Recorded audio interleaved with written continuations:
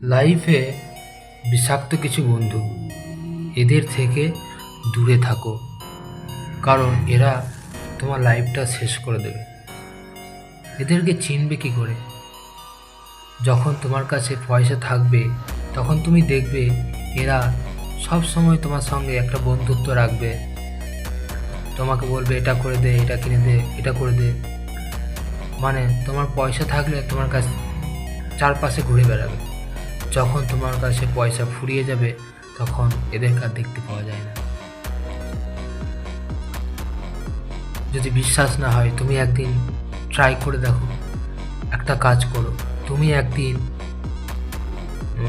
একদিন একটা কাজ করবে যে তোমার বন্ধুকে, বা তুমি ফাঁকা জায়গায় থাকবে, বলবে, মিথ্যা কথা বলবে যে আমি এরকম জায়গায় আছি, তো বিপদে পড়েছি ভাই, তুই একটু আয়।